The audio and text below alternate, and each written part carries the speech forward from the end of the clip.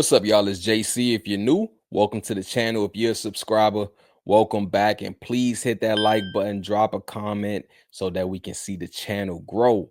Anyways, let's get into the topic. So, the Lakers, as we know, yesterday they go out and get Deandre Ayton, center from, he was bought out from the Trailblazers, signed with the Lakers.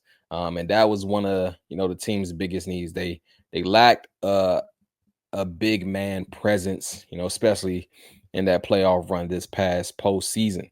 And then, also another name linked to the Lakers in terms of free agency, Al Horford. Now you could possibly bring him in on a vet minimum, a guy with championship pedigree, of course, with the Celtics, won a couple of years ago.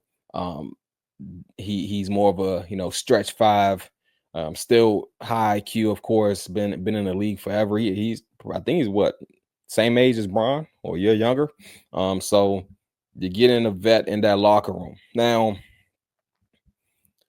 as of I would say like the past 12 hours, there's been two other names linked to the Los Angeles Lakers in terms of trade targets. So one is Andrew Wiggins. Let's talk about the potential trade for Andrew Wiggins. The Miami Heat are reportedly seeking a first-round pick, Dalton Connect, and Roy Hachimura from the Lakers in trade talks centered around Andrew Wiggins per Jovan Buha. There you have it. So another, I would say, need for the Lakers, you have Luka, you have Bron, you have now DeAndre Ayton, of course. You still have Austin Reeves.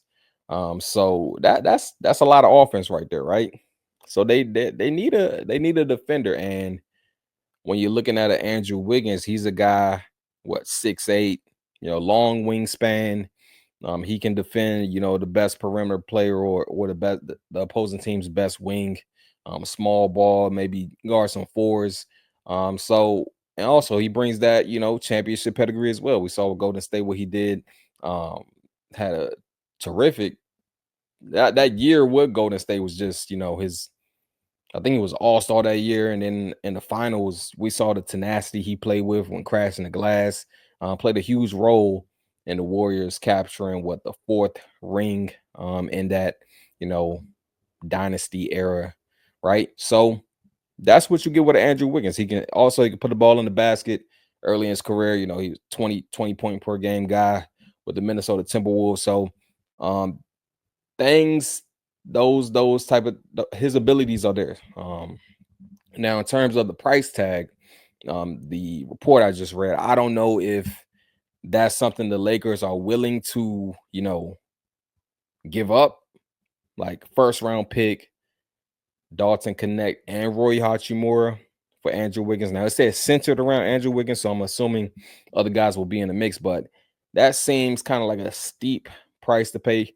But it's just something we'll just have to wait and see. But I do think Andrew Wiggins would be, a good fit for the Lakers. Now, the other name thrown out there, Cam Whitmore of the Houston Rockets.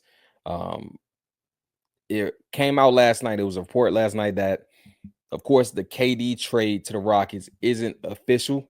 So there's reports that it's going to be it could be a record-setting 7-team deal centered around that KD trade, in which, it's possible that Cam Whitmore may be, traded to the Lakers, like a sign and trade for Dorian Finney-Smith. So that's something to look out for as well.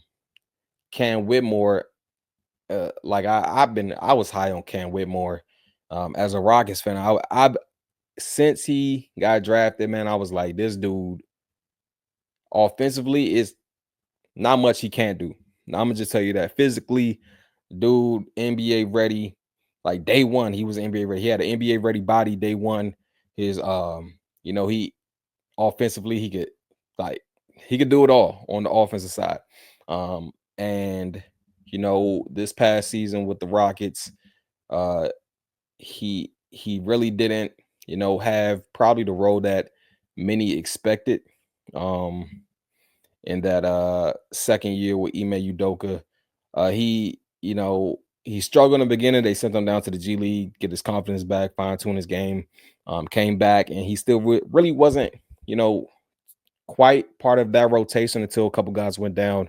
I know Jabari Smith went down for a little bit, Tari Eason, and he was inserted in the rotation. But if you're looking at the team now with the Rockets, it's a bunch of wings, man. It's a bunch of guys. And even I said it, man, I just don't see Cam Whitmore being a part of that rotation. We're talking about 10, 11 deep, right? And I still couldn't see, Cam Whitmore getting on the floor, just, being in that system. And not saying that he's not talented enough, because that's not the case. I'm just talking about, just a style that Ime Udoka and the staff, typically goes with. They kind of go defense first. So that was my whole thing. I hinted at a trade when the KD thing went down. You can go look at the past video. I was like, Cam Whitmore probably gonna be. It wouldn't surprise me at all if Cam Whitmore was traded. So if the Lakers get him, you get somebody who gives you. I would assume he would come off the bench.